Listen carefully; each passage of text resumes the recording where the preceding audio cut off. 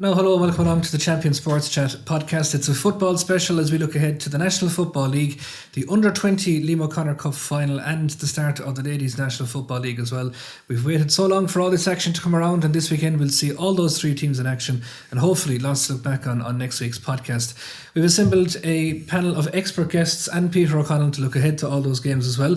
We've got Clare's 1992 Munster Championship winning captain Francis McInerney, Eire Óg manager Paul Madden, and as I mentioned, Peter as well to look forward to it. Francis, I'll start off with yourself on it. I mean, National League time is when people start looking ahead and start getting excited about the year ahead. We'll talk about it in a bit more detail first, but what's your thoughts on what 2020 could hold for Clare? Well, I suppose at the start of the league, every player is looking forward to the league getting started, and it's a very important league, and it's Division 2. Clare haven't been in Division 2 that often, so I'm sure all the players are really looking forward to it. And it's a big year ahead with the change in the championship, the revamp. So it's every league game counts, and so the preparation has to be spot on starting this weekend. What do you make of that change? Was it needed? It might have been needed, but it puts the likes of Clare at a serious, I think, disadvantage to start off, in Division 2 in a very competitive league with all their changes and, players, changing team a bit really. So it's a very important league, and it'll be from the off, it'll be very important. Every game will be. Yeah, Paul, we had you in last when Gary Brennan announced that he was taking a step back, and God, since then it seems that every week that has passed we've had another name added onto that list. Like, what impact is that going to have, do you think, on Clare this year? Well, just adding on to what Francis said there, I think, to be honest, the players that are still involved, they're just anxious to get started now and put it all behind them. Can't do anything about the lads that are gone. Obviously, they're big names. But, there's a lot of guys who've come into the panel this year, a couple of returning faces as well. So they'll be very keen just to get started on Sunday next. Yeah, that's one thing. I was talking to someone about this, and we said, right, let's pick your team. As you went through it, you kind of realise with those guys that are back, the likes of Pierce and Keelan and Dermot and Kieran Rust and all these fellas, that despite all the guys that are gone, we still do have options. Like. Yeah, we do. I mean, obviously, the midfield area with Gary being gone is obviously one that people are talking about, and rightly so. But I'm sure one of the lads who's in the panel will slot in there with Paul O'Connor, and they'll be fine.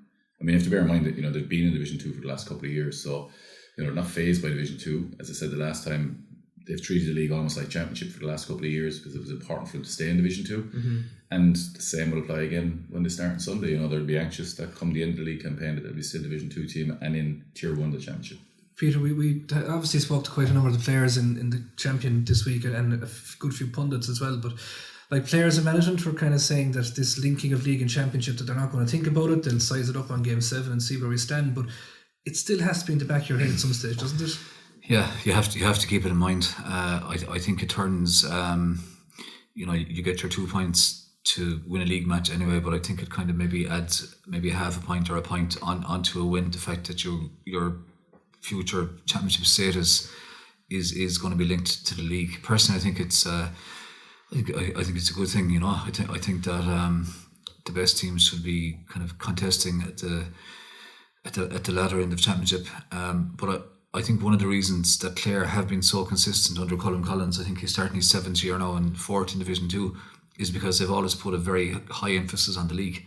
And from where Clare were back when he took over in at the end of 2013, there was absolutely no point in trying to build a team for championship before you'd built a team for a league, and before the team could get out of Division 4 as they did. It's been 2 years in Division 3, got out of that, and they've been in Division 2 since. And they've created a new platform for Clare football, and they've added great consistency. There have been times over the years where I remember one particular season where there was 10 players from the year before, this is about maybe 4 years ago, not available. Mm-hmm. And I remember thinking there's no way they're going to be able to stay in Division 2. And I'm not going to say they didn't miss those players. I mean, you'll always miss players, but they always seem to be able to make the best of who they have. And I don't think there's a team anywhere in the country, that be it club or county, that can't say, well, if we had such and such, we might be better. Everyone is going to be missing someone. Now, obviously, Gary Brennan is a bit exceptional in terms of not having him, and I would have Jamie Malone in the same category. But listen, if you're a Clare player, you're going to back yourself. Like, you're not going to think about who you don't have. You're going to think, as you were mentioning earlier on, about who you do have, and just drive on from there. And a lot of that, Francis, I guess, comes down to, we know Cullum always carries this kind of extended training panel with him of young fellas that maybe aren't quite ready for the step up to senior yet, but are there to see the lifestyle. And that has been crucial as well in bringing these guys through, hasn't it? That's true, yeah. I suppose with the lads we're missing, we're going to see the new leaders emerge, and I'm sure those lads have been thinking about it and they know what's ahead of them, give experience of Division 2. So it's important to bring along the young lads. Gavin Cooney, I suppose, I'm expecting him to have a big year, and he's well capable of it.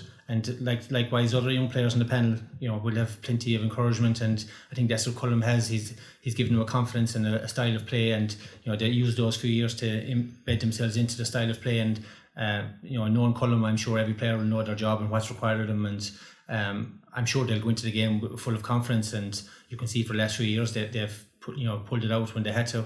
So I'm looking forward to seeing new lads step up and taking the place of the guys. And it's great to play in Division 2. Clare have, over the years, might have been down in Division 3 and 4 and striving to be in Division 2. So I think lads should be positive and looking forward to it. And you can show, it's a bigger media attention, hopefully bigger crowd. So the lads should be out there and they can, stand up to the plate and show lads what they can do. And, football in Clare, they have plenty of talented players, and this is the platform to show it. And it seems to me like one of the most positive periods for Clare football, particularly if we look at our minors and 20s for the last maybe 2-3 years, the works that the likes of Seamus Clancy and Dermot and Bino and Morris Walsh and these guys did with these squads. We're now starting to see the fruition of that. That's true, yeah. I think the confidence thing again, I suppose the rules for the Gaelic football is the same all over the country, so the lads practice their skills, practice their systems, believe in themselves, and I think all those lads you mentioned have really helped, help the lads, saying they're going to go out there and they're going to give it as best they can, and they're well able to kick the ball over the bar, they're well able to track back, they're well able, their fitness levels are right up there, they have all the best strength and conditioning and sports science lads. So people have shown them what they need to do, and they have responded. They have been a credit to themselves and their clubs and to those managers they've had. I suppose one element as well, Paul, is that this year we're looking at these new rules, this advanced attacking mark, the sin bin, the new kick-out rules and all that. Were they needed, you think? Because it seems to be a lot of commentary that they're almost needless tweaks. Yeah. I'd love to know from a managerial perspective, what do you make of it? Well, I've read them, and from a managerial perspective, at club level, I'd probably just tend to ignore them for the start of the league because you get bogged down too much in it. I did read a couple of articles from inter-county players from Cork and Kerry and other places, and they're making interesting comments like that. Everybody in the team now needs to be able to kick a free effectively, because you could have a cornerback roaming into the square and catching a ball and inside mark. Of course, they can choose to play on or they can take a kick, but if you're that close in, there's a chance you can score it. So they're practicing that, which was interesting to read. I don't know if we'll complicate things too much in the league now by placing too much emphasis on it. But obviously, some teams will, and some teams will become ultra defensive towards a big full forward or whatever the case may be. From Clare's perspective, I'd say the mantra would be very much like it has been the last couple of years. Go out, work very hard, tackle back. Be clever on the ball. You hear Cullum talk a lot about that, but just being clever on the ball and not giving it away, because at that level, if you give it away, it's a score instantly. So, the other side of it is, particularly for this Sunday, they're playing, Westmeath really played in the championship last year in the qualifiers in a very close game. I think on the same day, they had 2 black cards and a guy off injured very early in the game, and we just walked it over the line. But at the same time, we're a Division 2 team for the last number of years, and they've just been promoted. So we're used to playing at this level and used to playing at a fast pace in the league. So that would have to stand to us. I don't think there's going to be too much emphasis placed on the new rules. Another thing that came up recently, I think it was in schools or in the Sigersons, is that a lot of defenders, when they saw a guy catching the ball, tended to stand up and they didn't really know what to do. And the clever teams can just play on and maybe make use of that. So I suppose as the league goes on, get more and more used to it. Francis, would yourself and Tom Morrissey have been fans of the mark back in the day? Tom would probably, anyway. He's got the very high ones, so, as he'd like to say himself. Yeah, I suppose the mark, I've seen a few of the games under 20 level, and I think it'll put a big emphasis on the type of referee you have. Some referees are very whistle happy and people lead to confusion. Some of the referees have really explained to the young lads what's required and what's acceptable. And as Paul said, the quick play afterwards, that's what's going to be tricky. Your defenders are going to say, well, he called the mark or he didn't call the mark. So I think it's going to lead to a bit of controversy starting off anyway. Yeah, should it have been more defined, Peter? Like I've always said that I think it should be the kick from outside the 45 that goes inside the 21, because if I'm a ref and that kick comes cross field, like has it travelled 18 and a half yards? Has it gone 20? You know, it's probably open too much to interpretation, is it? I think so, yeah. I mean, I suppose even if we think back to the mark from the kick out, we might have thought prior to that being implemented that it was going to have a huge influence. It hasn't really had a huge influence. If someone catches the kick out, great, but I don't think too many teams have a specific kind of strategy for catching a kick out and taking the mark. I mean, if you catch a kick out, the quickest thing to do is, if you have, you know, maybe a runner off your shoulder or whatever, is to pop it onto them. It's, you know, you have a better chance of maybe opening up play than you do if you stop and look around and see who's moving. It gives the opposition a chance to kind of get players back as well. So I wouldn't. I mean, it hasn't. We've seen it, you know, as Francis said, some of the under 20 games and that up to now. I think it'll take a few league games before we see, does it become a real influence, or is it just an added job for referees to somehow decide how far the ball has gone. And, you know, people are going to argue over distance, and I think there's going to be a betting in process, but I think eventually it'll settle down, and I don't think there will be too much notice taken of it in the long run. There's nothing else that'll give us maybe some content for the first few weeks of the podcast and get people talking on it.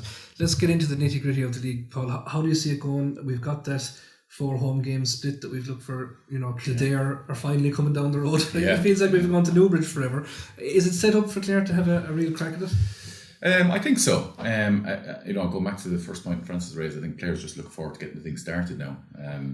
You know, my view with the guys departing and with the newer lads coming in, a lot of younger lads coming in, is that it'll take some time, possibly no different to the last couple of years. You know, for Clare, we're probably going to have our strongest 15 out every day to be really competitive. But it's there for us. I mean, you know, there are some good teams in the division, but we're equally good. So, you know, I think playing the extra games at home is definitely an advantage. Cusack Park is not a place that anyone wants to come and travel to. So, you know, we'd be looking forward to that.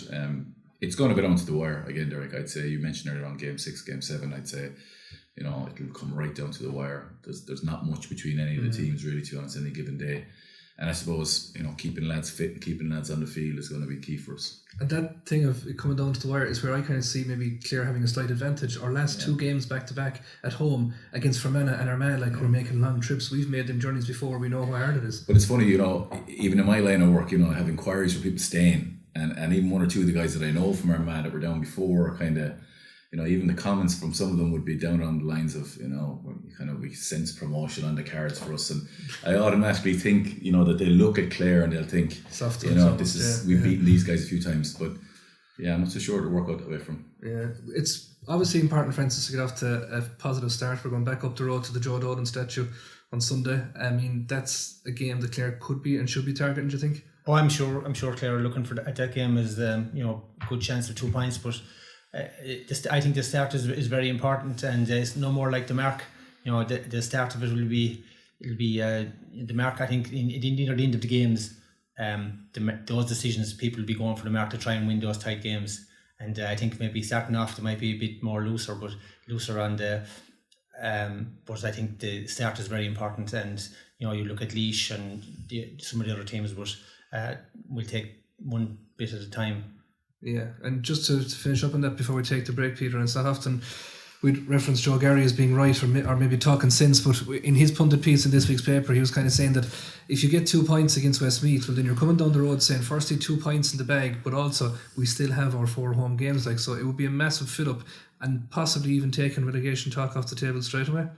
Yeah, I think getting 2 points on Sunday just gives you a lot of confidence, and also gives you like, it's with the best will in the world, it'd be great if Clare did win their 4 home games, but you're probably not going to win all 4 home games. It gives you an opportunity to you know, if you've got 2 points at the start, you're not going to set out to lose a home game, but you know, there are a couple of tough ones, and the Armagh one we mentioned, that could be absolutely vital. You wouldn't like it to come down to that, you know, so to win away from home would be great, and it would also be, you know, a huge boost to the group of players, you know, because we know they're very committed and we know they'll be very, very well prepared, but until they go out, and if they do go out and perform and get a result, you know, that would be absolutely massive. You know, it would definitely set the tone for, I think, you know, the main thing is to stay in Division 2, and if you can give yourself that platform, you know, after a couple of games, after maybe 3 games, if you've ideally 4 points on the board, you can start looking upwards then. Yeah, hopefully that'll be the case. We've got lots more football chat to come, under 20 and ladies football. Don't go anywhere.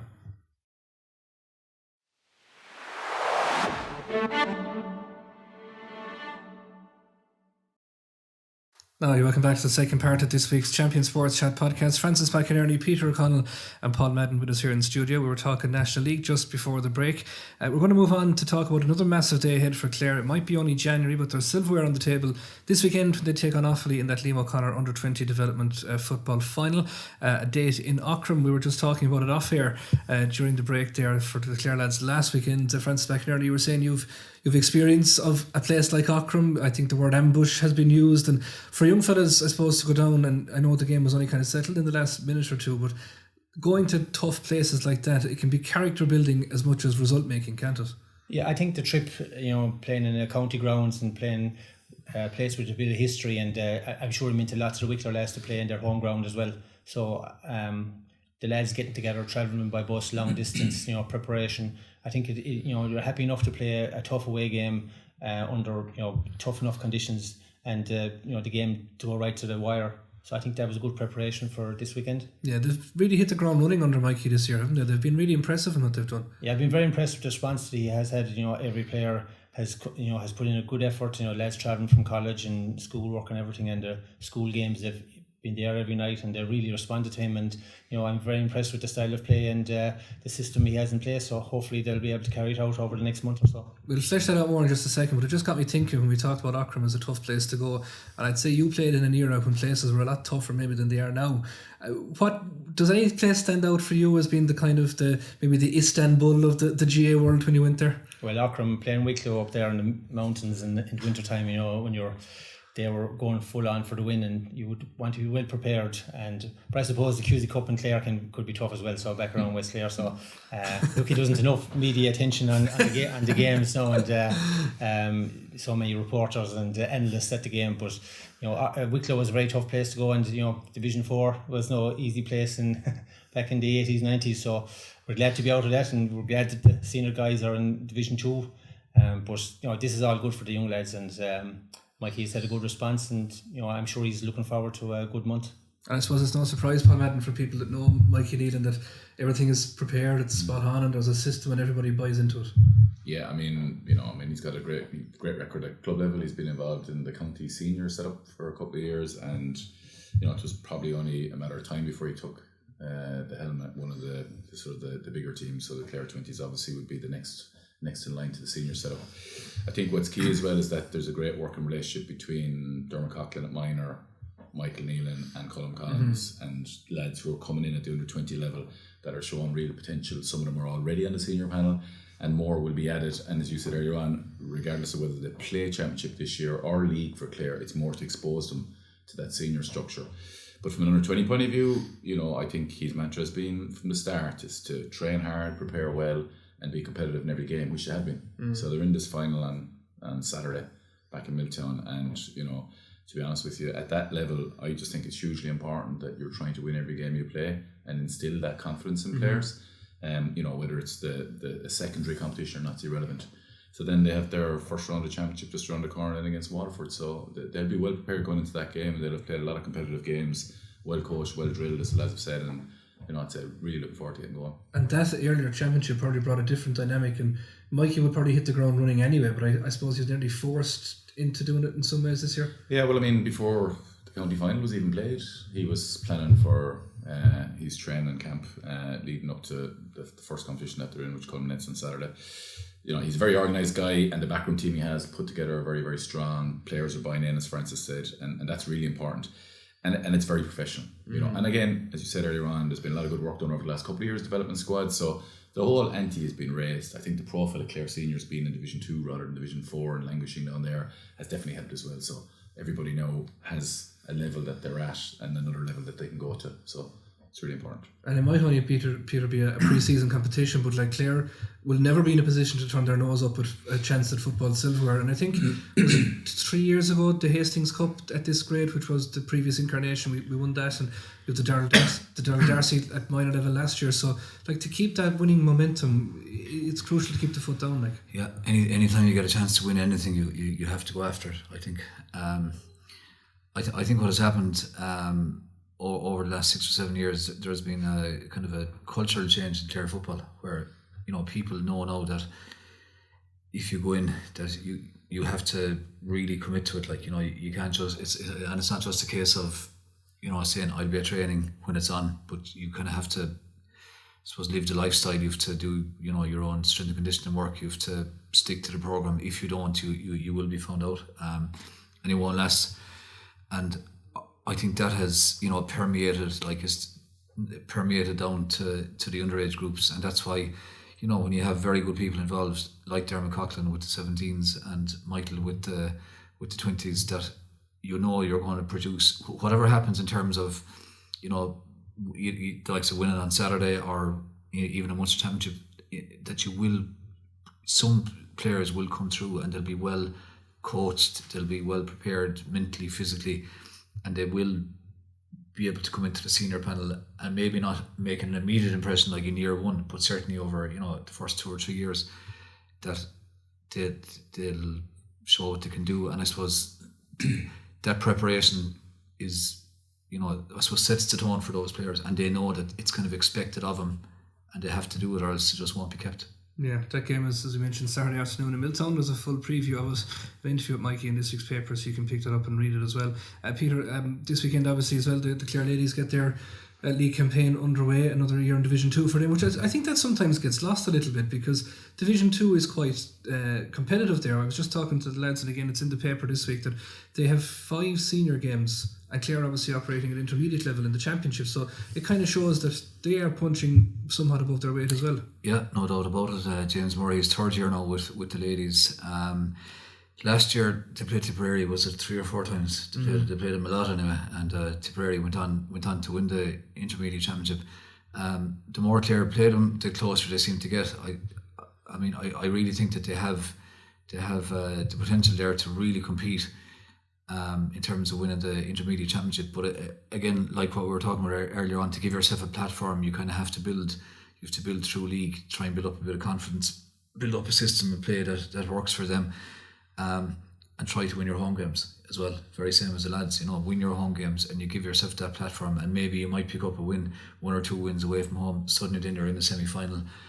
You've a bit of momentum built up in the league. If you get to the semi-final, you've as good a chance as anyone, but definitely with 5 senior teams in Division 2, it is going to be very, very tough, but you'd prefer it that way, Yeah, I think there's 4 of those that are northern opposition as well, so it breaks up that monotony of meeting the Tipperaries all the time, because that can often set in a rot.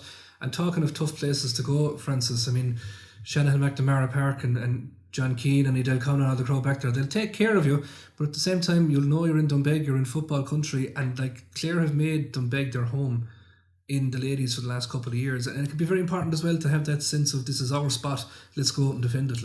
Yeah, that's true. Yeah, Doonbeg is a good location for a National Football League, and it's hosted senior men back in the day. But this is the place the ladies have chosen, and I'm sure they'll try to make it a fortress. And they're like the lads, the first game of the season, they're at home. They let down a marker for the year, and hopefully they can kick on. And they're well used to the division, the games now at this stage, and they're trying to get their patterns of play in place and looking forward. And there should be a good crowd there. Home football back around West Clare, hopefully, and. Hopefully they'll do well on Sunday. Yeah, just in a wider sense, did you ever find that thing that you almost became protective of your own patch, like that you were aware the teams were coming to your spot and you didn't want to get turned over there?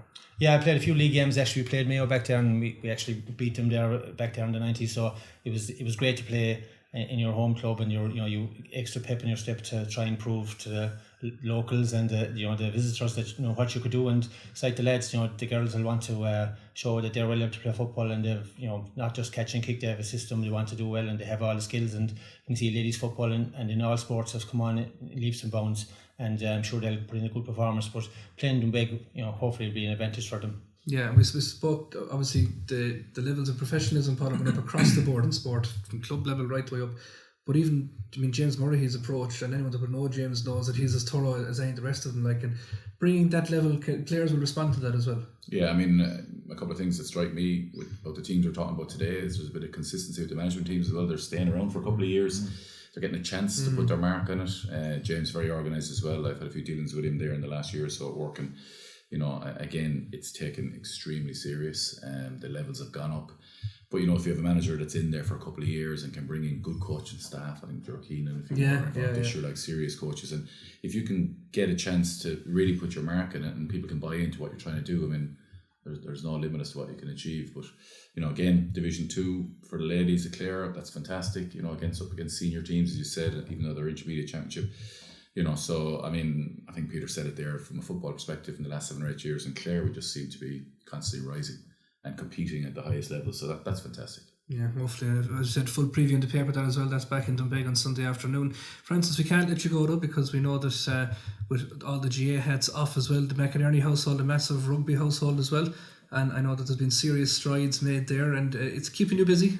Oh yeah, keeping Mark on his toes. Elena there is lucky enough to, she played with Munster, played with Innes first of all, with a great girl set up in Innes, and she progressed on to with 4 other girls from Innes to play with Munster last year, and they won the Interpros after a long year, and so she's playing with UL Bows at the moment, so it's with other Clare girls, with Emer Constantine, so she's been well looked after, so it's all good for lady sport, and they're just as serious about their rugby as they are about their GA, so it's great to see, and travelling all over the country, but I really enjoy it. Is it a different dynamic that they're educating you about sport rather than they trying to learn the football from the father? Well, the one thing I've learned is that I definitely don't know all the rugby rules, and you're not supposed to. But you can pick up a lot of good things from the rugby setup and the way they prepare for games and what to wear and what to eat. It's all good, and it's crossover to the GA as well, and preparing right and sleeping right, eating right. So it's all good. Yeah, and it's one thing that strikes me, because you see with a number of young lads and young girls are involved, particularly in rugby, that the discipline that not just transfers on the field, but they tend to take it into their study as well and stuff like that. So it can feed into one another, can't it? Well, definitely with the Munster set up, they have great role models. The ladies involved there are real serious about their sport, but they're also serious about their education and their lifestyle and looking after themselves. And it breeds great confidence in themselves, no matter what they choose to do. But it's a good learning experience, and you're traveling all over the country, meeting different people, and I think that's what sport is about. New experiences. That's why every young fella should strive to play for Clare, and whether it's hurling or Gaelic football. It'll bring you all over the country, and you'll meet people that you come across later on in life. But it's it'll teach you to if you want anything, you have to prepare well and work hard at it and be confident. Yeah, and she's obviously hoping to maybe follow the likes of Emer and Edel and maybe take that next step on the international scene. Well, we're taking one step at a time now. She's just played a few games for the senior team, but it's something to aim for. And Emer and Edel they're great role models for all Clare people, and they've shown what you can do if you put your mind to it. And I suppose the GA is a good background. Those girls had a GA background, and it shows the work that's gone in at underage level. All over the county, and you could progress to do anything you want to do, any sport. Yeah, hopefully they will. Well, a good note to end it on, lads, and thanks for coming in to join us this afternoon. That's Francis McInerney, Peter O'Connell and Paul Madden there on our football and ladies football preview as well. All those previews in the paper on Thursday. Do pick them up, and our hurling and camogie podcast also available now online. Whether it's online or in the paper, we've got you covered, and we'll be back here again next week, hopefully to reflect on wins for all those teams. Until then, do take care.